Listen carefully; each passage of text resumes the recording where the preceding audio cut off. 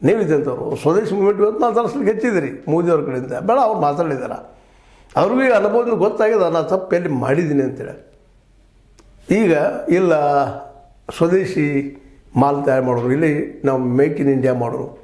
11 ವರ್ಷ ಹೋದವಲ್ರಿ ಸೊ ಎಷ್ಟು ಅಂತ ಬರ್ತಿದ್ವಿ ನಾವು. ಒಂದೊಂದು ದಿನಾನೂ ಇಂಪಾರ್ಟೆಂಟ್ ಆಗಿದೆ ಇವತ್ತು ನಮಗೆ.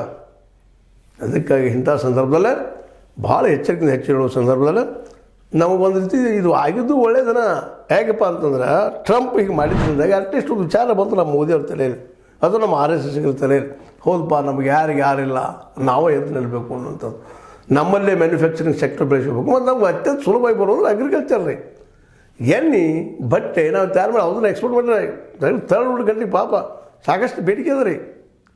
3 ಗಂಟೆಗೆ ಬೇಡ ನಾವು ಅದನ್ನು ಕಡಿಮೆ ರೇಟ್ನಾಗ ನಮ್ಮಲ್ಲೇ ನಮ್ಮ ದುಡ್ಡು ಉಪಯೋಗ ಮಾಡಿವಿ. ನಮ್ಮಲ್ಲಿ ದುಡ್ಡು ಸರ್ಕ್ಯುಲೇಷನ್ ಆಗಿ ನಮ್ಮ ಆರ್ಥಿಕ ಪರಿಸ್ಥಿತಿ ಚೆನ್ನಾಗಿ ಆಗ್ತದೆ. ಈ ಉದಾಹರಣೆ ನಮ್ಮ ಸಿದ್ದರಾಮಯ್ಯನವರು ಸಾಣದ ಗ್ಯಾರಂಟಿ ಮಾಡಿದರು, ಬಸ್ ಫ್ರೀ ಮಾಡಿದ್ರಿಂದಾಗ ಎಷ್ಟೋ ಹೆಣ್ಮಕ್ಳು ಸುತ್ತಮುತ್ತ ಹೋಗಿ ತಮ್ಮ ಬೆಳೆದ ಬೆಳೆಯನ್ನು ಹೋಗಿ ಮಾರ್ಕೊಂಡು ಬರೋದು ಮಾಡೋದು ಎಲ್ಲ ಮಾಡಲಿ ಇರ್ತಿದ್ದಾರೆ. ಇನ್ನು ಕೈಗಾರಿಕೆಗಳನ್ನ ಅದಪ್ಪ ಅಂದ್ರೆ ನಮ್ಮ ಮನ್ಯಾಗ ಏನಪ್ಪ ಅಂದ್ರೆ ಬಟ್ಟೆ ತಯಾರು ಮಾಡೋದು, ಮತ್ತೇನು ಮಾಡೋದು ತಯಾರೋದು, ಎಣ್ಣೆ ತಯಾರು ಮಾಡೋದು ಅಂದ್ರೆ ಅವ್ರು ಎಣ್ಣೆಗೆ ತಂದು ಮಾರಿ ಹೋಗ್ತಾರೆ. ಪ್ಯಾಟಿಗೆ ಬಂದ ಎಷ್ಟು ಉದ್ಯೋಗ ಸೃಷ್ಟಿ ಆಗ್ತಾ ಇದ್ದಾವಿಲ್ಲ. ಇಂಥದ್ದು ಸಣ್ಣದು ಉದಾಹರಣೆ. ಇಂಥವು ರಾಷ್ಟ್ರ ಮಟ್ಟದಲ್ಲಿ ಯಾಕೆ ಆಗಬಾರ್ದು? ಮತ್ತು ನಮ್ಮದು ಅನಿವಾರ್ಯ ಕೆಲಸ, ಸರ್ಕಾರದ ಕೆಲಸ, ಕರ್ತವ್ಯ. ಅದು ಮೇನ್ ಕರ್ತವ್ಯ. ಪ್ರತಿಯೊಬ್ಬ ಈ ದೇಶದ ಪ್ರಜೆ ಅಂದರೆ ಮಕ್ಕಳನ್ನು ವಿದ್ವತ್ಪೂರ್ಣವಾಗಿ ಮಾಡೋದು ಶಿಕ್ಷಣ.